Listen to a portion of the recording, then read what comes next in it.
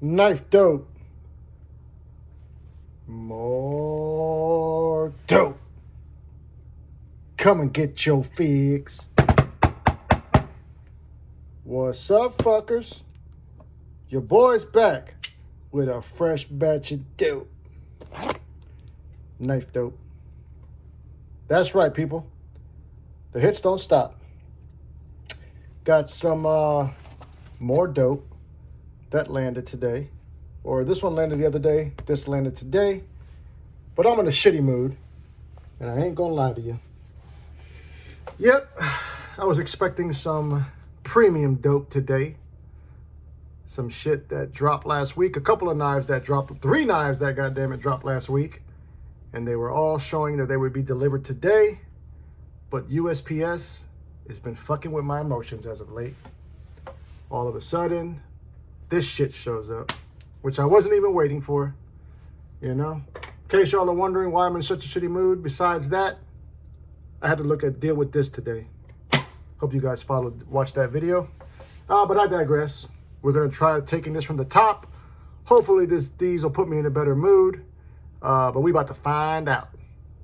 Tonight's unboxing knife is a good one.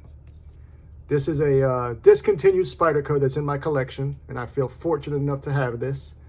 This is the Little Loom, Bob Loom, rest in peace. The Little Loom Chinese folder is what this one is. Super slicey as a fuck. Fantastic little knife. It gets absolutely zero pocket time from me. I don't know why, you know.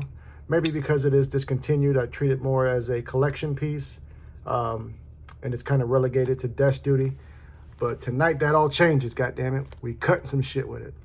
But first, if you do enjoy the content, I'd ask that you would share, like, comment, and most importantly, subscribe, goddammit. It does help the channel. It does trick that algorithm. And it does help your boy to go viral. Okay, enough of that. Stay hydrated, fuckers. It's hot out there.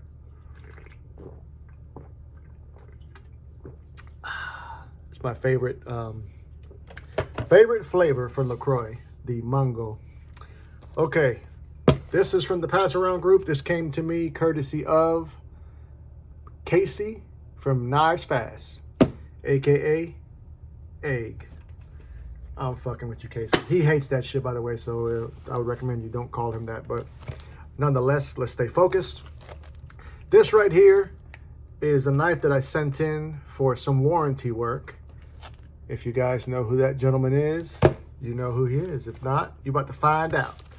So let's see. Full disclosure, I'm gonna see what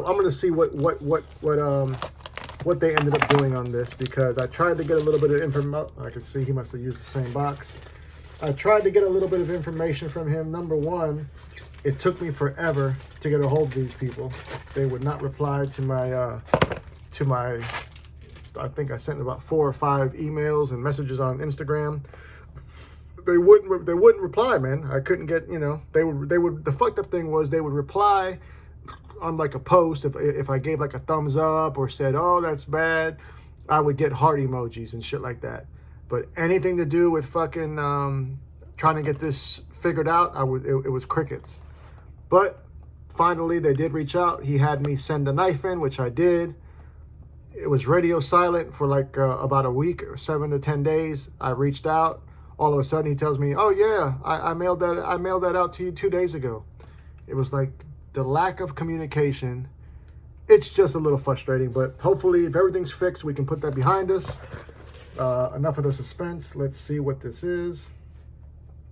It almost looks like this goddamn box. No way, bro. Hold on, y'all. There ain't no fucking, okay. For a second there, it looked like he didn't even open up my goddamn box, bro. I was about to snap. I really was about to fucking lose it, people. But, let's see. This is the knife in question, coming from this company. In case for you guys who might not know, that is Monterey Bay Knives. Yep. I had bought this brand new from an individual who went to the California Knife Custom Show. And it had severe lock rock, detent lash. Pardon me while I fix this. lock, rock, and detent lash. I documented everything via video, of course, but let's see how it came back. This is very suspenseful for me. Like I say, I'm in a bad mood, so blade is centered.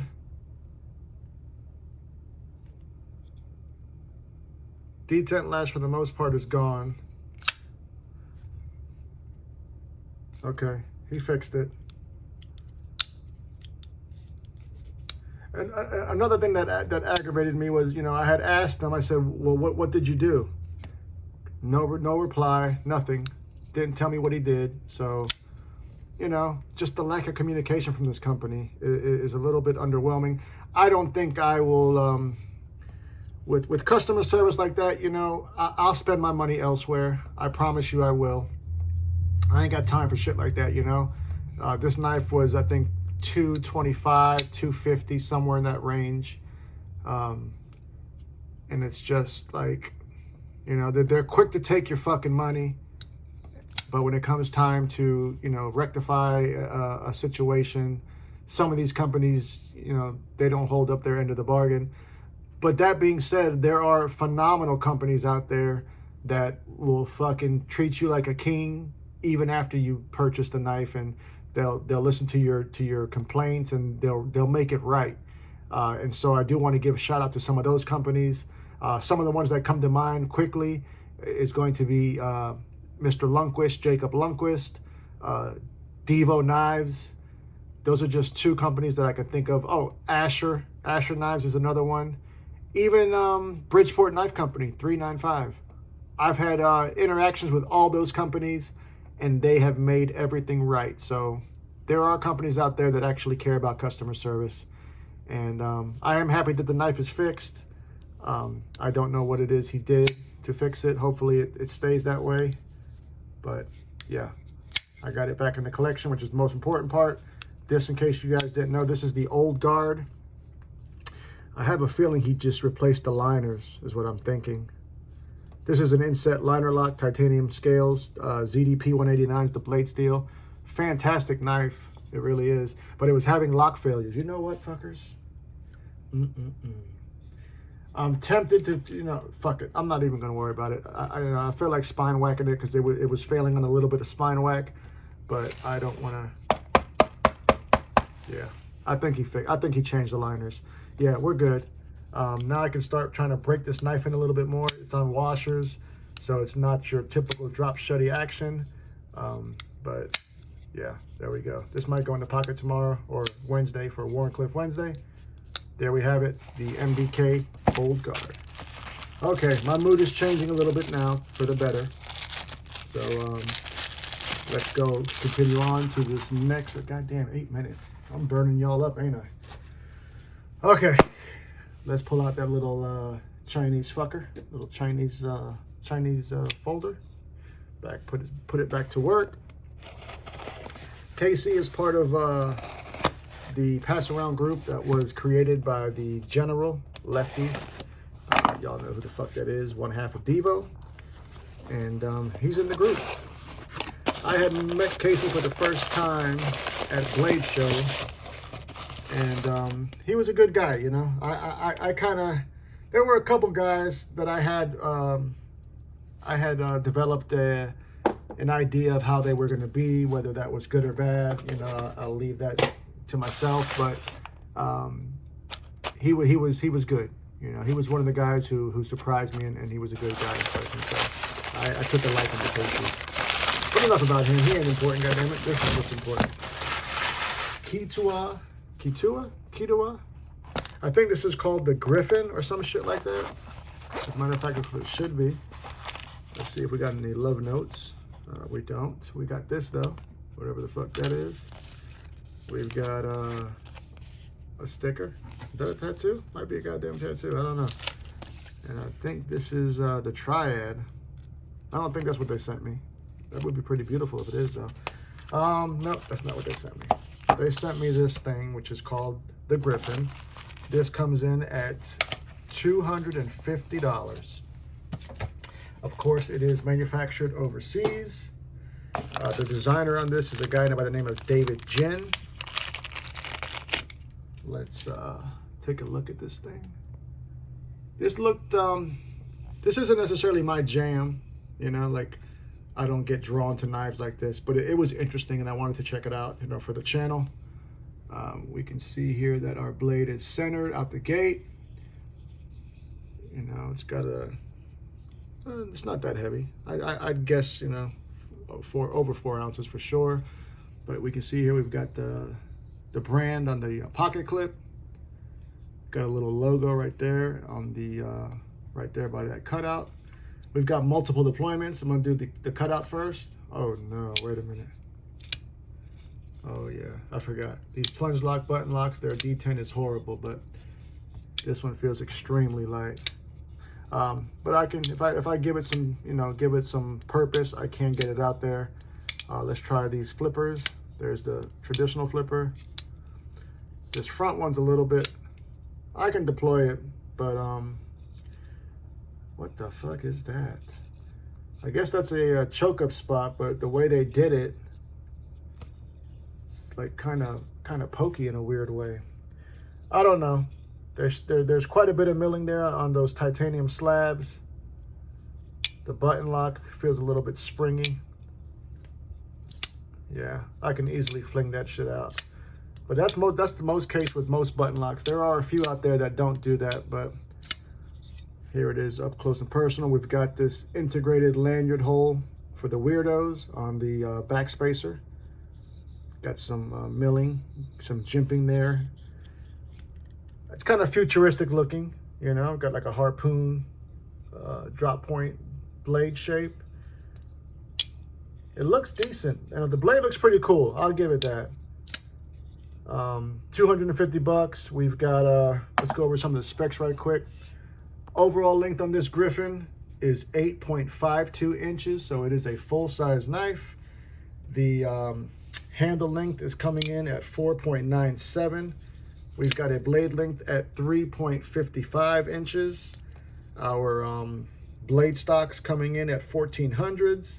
We've got M390 blade steel and a harpoon spear point apparatus. Titanium handles with a forged carbon fiber inlay. I will give them the credit on this inlay. It is very, very well done.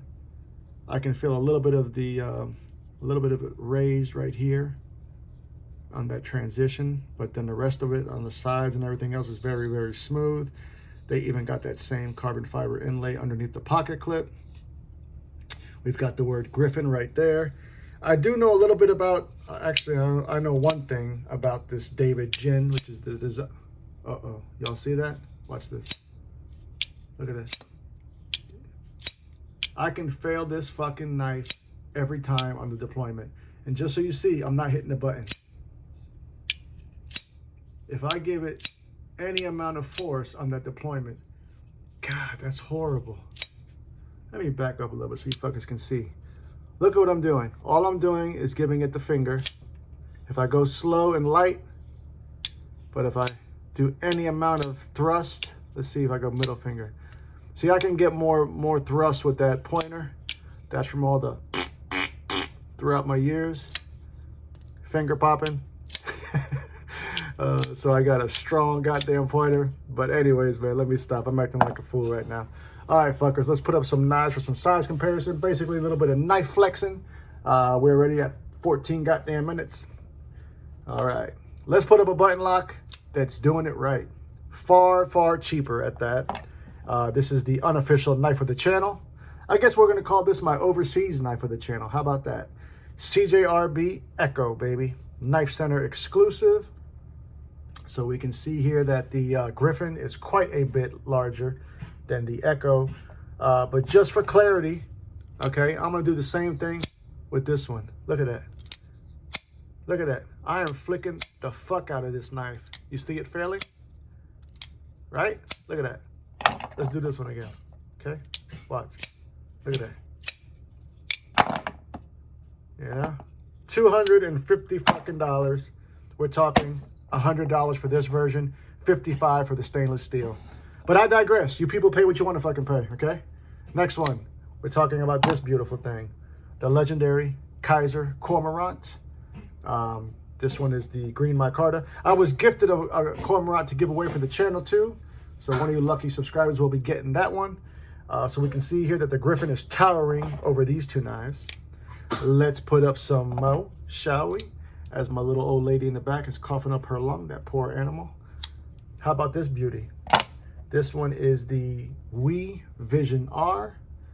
Another weird knife in the collection. Super slicey as a fuck. Not quite as big as that Griffin. I got some more dope for you. How about the knife so nice I bought it twice? We're looking at the Miguron Carex 2. So the Griffin so far has been bigger than every goddamn knife. Not to mention the one that's been failing on deployment.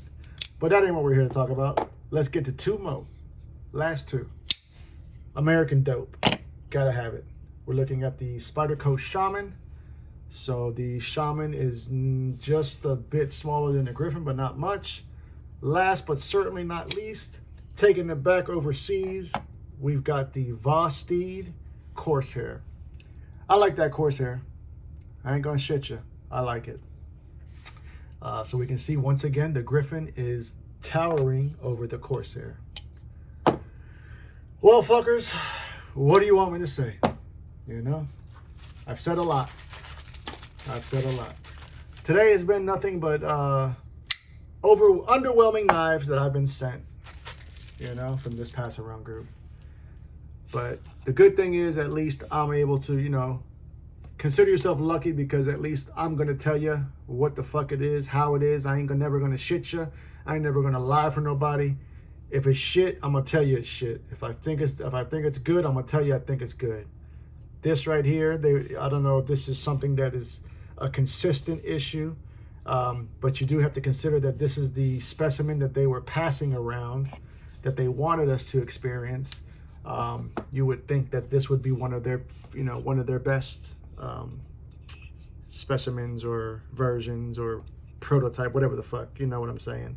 But that being said, 250 bucks, you can get yourself some futuristic looking type of shit that fails on the deployment. Let me know what you fuckers think. Are you interested in the Griffin? Do you have the Griffin? Tell me all about it. On a positive note though, I do think that Kitua, I don't know how the fuck you pronounce it, but the this brand has another folder, a non-button lock, non-plunge lock folder that I experienced at Blade Show. That was fantastic. It really was. I think you know, for these companies, if you are intending and if you're adamant about making a button lock and you know, for, you know, to sell to the masses, you've got to have that shit dialed in. Okay, it's not the strongest lock by any means, but if you're going to mass produce these goddamn things, fucking make them right, you know. Because if not, people are going to know and people are going to talk about it, and then it's going to be bad for sales, and you know how the fuck that goes. Anyways, love you, mean it. Till the next time, cut something, cut someone, just don't cut yourself. Stay dangerous, fuckers!